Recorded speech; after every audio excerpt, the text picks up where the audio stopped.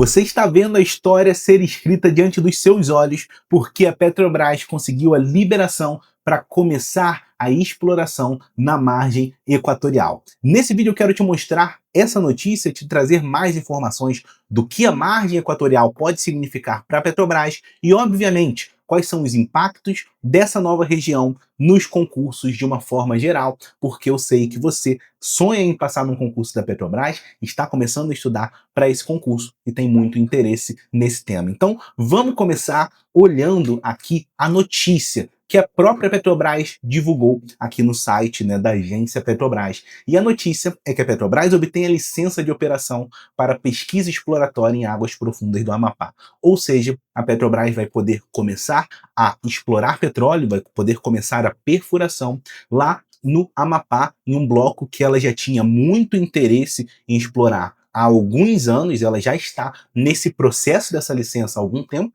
A gente, inclusive, trouxe um vídeo aqui em agosto falando sobre a APO, a análise pré-operacional, que foi um sucesso. Aí o IBAMA solicitou algumas atualizações, algumas informações a mais, a Petrobras passou e agora eles tiveram essa licença de operação. Se você não sabe o que é a margem equatorial, ela é uma nova fronteira de exploração de petróleo no nosso país e ela fica no norte e nordeste do país. Ela vai do Amapá até o Rio Grande do Norte e nós temos uma prospecção de que exista muito petróleo nessa região por conta da proximidade com a Guiana e o Suriname, que já estão explorando petróleo e que viveram transformações absurdas nos últimos anos justamente por conta dessa exploração do petróleo. E aqui nessa notícia, a Petrobras traz as informações sobre essa liberação. Então agora ela vai poder iniciar a perfuração para poder dar prosseguimento às próximas fases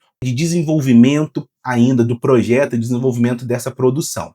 O que acontece? Tá? Vamos dar uma olhada primeiro na notícia. Essa daqui é a sonda de perfuração NS-42, que é a sonda que está realizando as perfurações lá na margem equatorial, no bloco FZA M059.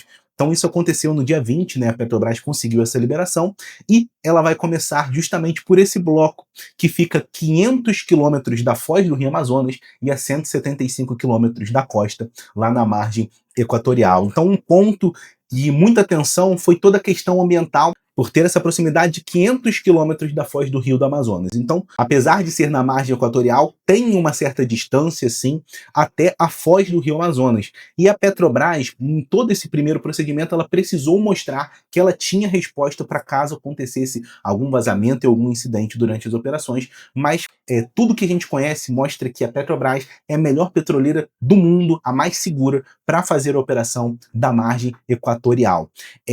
Eu vou deixar o link da notícia completa aqui embaixo, mas eu quero poder focar com você no que isso representa e por que nós falamos tanto sobre a margem equatorial e por que a Petrobras se preocupa tanto com essa área. Para você entender isso, entender os impactos em novos concursos, primeiro, a gente tem que entender o momento que a Petrobras vive e o gráfico que eu estou te mostrando na tela é do próprio plano de negócios da Petrobras e fala muito sobre isso.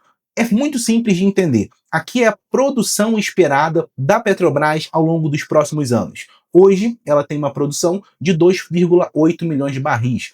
Isso quando ela montou o seu plano de negócios. Ela projeta que ao longo dos próximos anos, ela aumente isso para 3,2. Como que ela vai fazer isso? Ela vai fazer isso com os projetos que ela já tem. Então, ela já tem vários campos de petróleo lá no pré-sal. Então, a gente tem Mero, a gente tem Búzios, que são campos que produzem muito e que hoje são a joia da rainha, A cereja do bolo hoje são esses campos. Mas, daqui a alguns anos, mesmo com esses projetos que hoje produzem muito, a gente vai começar a ver esse declínio aqui na produção esperada da Petrobras, e ela mesmo, no seu plano de negócios, ela está falando, nós temos desafios de reposição de reservas, ou seja, nós temos que encontrar novas áreas com petróleo, com reservas provadas, reserva provada é quando o petróleo ele já foi declarado comercial, um campo já foi estudado, já se viu que o campo é comercial,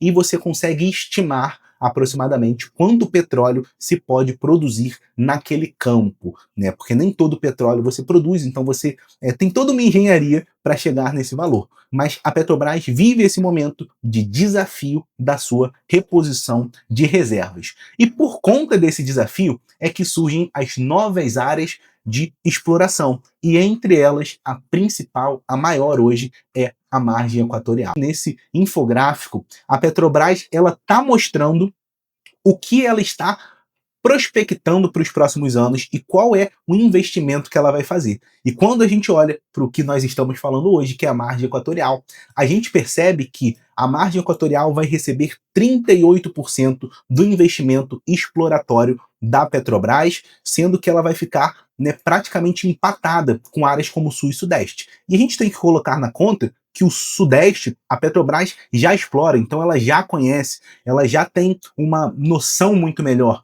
Então ela está investindo muito pesado em uma área que é nova e que ela ainda não tem informações, né? Ela tem as informações do Suriname, da Guiana, mas ela aposta muito alto que exista uma grande reserva de petróleo comparável com o que nós temos no pré-sal lá na margem equatorial. Tanto é que a pretensão da empresa é de investir 3,2 bilhões de dólares nesse horizonte aqui do plano de negócios dela. E para isso, né, ela perfuraria 15 poços na margem equatorial. A gente está falando de um desenvolvimento muito grande para essa região, basicamente mudando o patamar. Foi isso que aconteceu com o Suriname e com a Guiana, e é o que a gente projeta para a região do Amapá e para boa parte da região norte, que vai precisar dar suporte às operações da empresa. O grande ponto é que nós estamos nos preparando para viver um ciclo de crescimento da empresa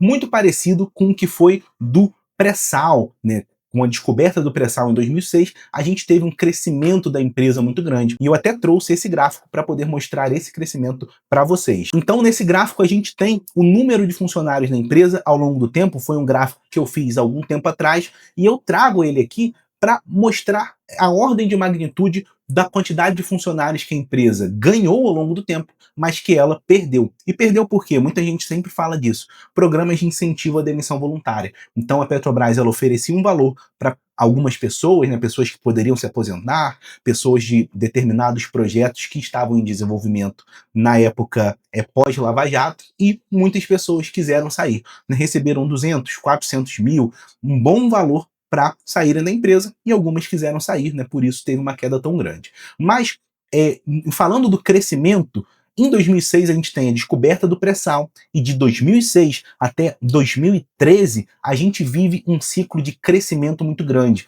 Então a empresa passa de menos de 50 mil funcionários para um pico de mais de 62 mil.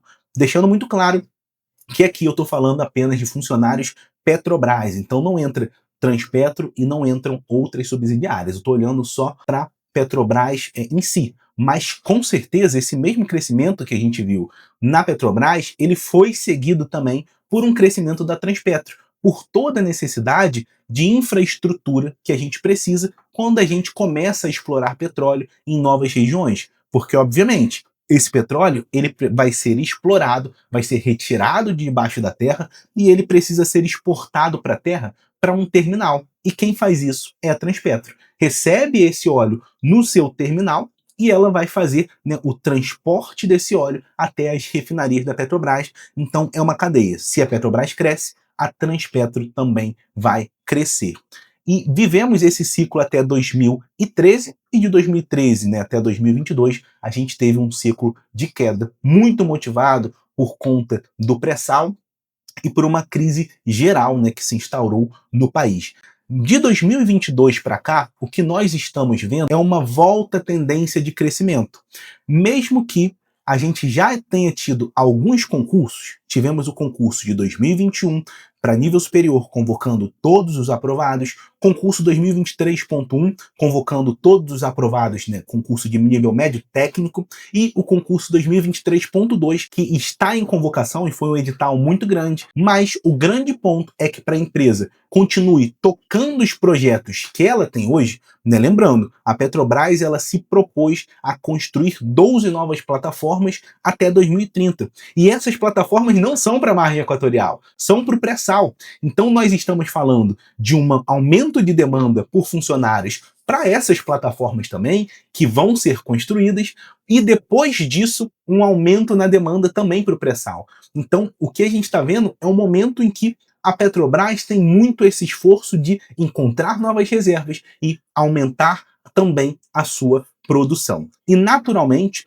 para conseguir tocar o que a empresa tem hoje e avançar para novos projetos, ela vai precisar de novos concursos, seja para nível superior, seja para nível médio técnico. Obviamente, o primeiro deles seria para nível superior, porque hoje não tem cadastro válido para nível superior. Para nível médio técnico, ainda temos esse cadastro, mas ele está em convocação e assim que ele terminar, né, a grande tendência é que a gente tenha um novo concurso. Aqui eu estou falando não somente de mais um concurso Petrobras, mas eu estou falando de uma época, como foi a época da descoberta do pré-sal, em que nós tivemos diversos concursos com uma regularidade muito grande e com um número de vagas muito considerável. Então, isso torna o concurso da Petrobras um novo ambiente, sabe? Um ambiente muito mais propício para quem quer começar a estudar, construir uma base forte de estudos ao longo do tempo e conseguir fazer uma prova. Opa, não passei?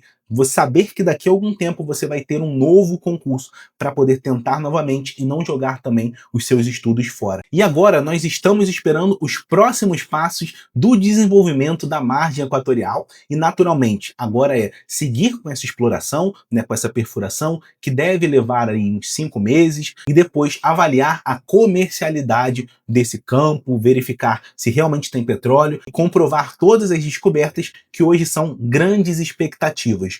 Com isso, é muito natural que a empresa, conforme ela for confirmando cada vez mais as expectativas para a margem equatorial, a necessidade por novos funcionários também vai aumentando e a gente viva um ciclo de crescimento da empresa e, obviamente, demandando novos concursos. Na minha opinião, esse é um momento de ouro para começar a estudar para esse concurso, seja pelo nível de salário, é um concurso que você não precisa de faculdade e que você pode ganhar mais de 11 mil reais caso você embarque. Para trabalhar em terra, o salário é de mais de 6.500 reais, sem contar os benefícios, um concurso que cobra português, matemática, física, química, uma parte mais específica para técnico em operação. É óbvio que tem cobranças diferentes para cargos diferentes, mas aqui eu estou focando em falar do cargo de técnico em operação. E além disso, um concurso que teve uma concorrência muito baixa no concurso de 2023.2, pelo alto número de vagas e pelo baixo interesse, né, baixa visibilidade que esse concurso tem. Começando agora, você consegue formar uma base, você consegue ter mais tempo para estudar. E quando o edital da Petrobras for publicado, você já tem essa base muito mais consolidada e você já está muito à frente. E se você quer começar a estudar para esse concurso com material que eu recomendo, que é um material de muita qualidade, focado no concurso da Petrobras, no dia 13 de novembro vai acontecer a Black Friday do Acelera Concursos. Eles vão fazer uma oferta vitalícia para você ter acesso ao acelerador e, além disso, eles vão lançar uma coletânea de 19 apostilas. Então, são apostilas com exercícios, apostilas com conteúdo, um material de muita qualidade para ajudar muito os seus estudos. Eu queria muito que existisse o acelerador lá em 2017, quando eu comecei a estudar para o concurso da Petrobras. Se você quiser saber como vai ser essa oferta, se cadastre aqui no primeiro link da descrição. E, obviamente, deixe o seu like, porque produzir esse tipo de conteúdo dá trabalho. E também deixe aqui nos comentários a sua dúvida sobre o próximo concurso da Petrobras. Usa a hashtag Papo de Concursado, porque eu vou fazer um vídeo especial respondendo a essas dúvidas. Muito obrigado e até o próximo vídeo.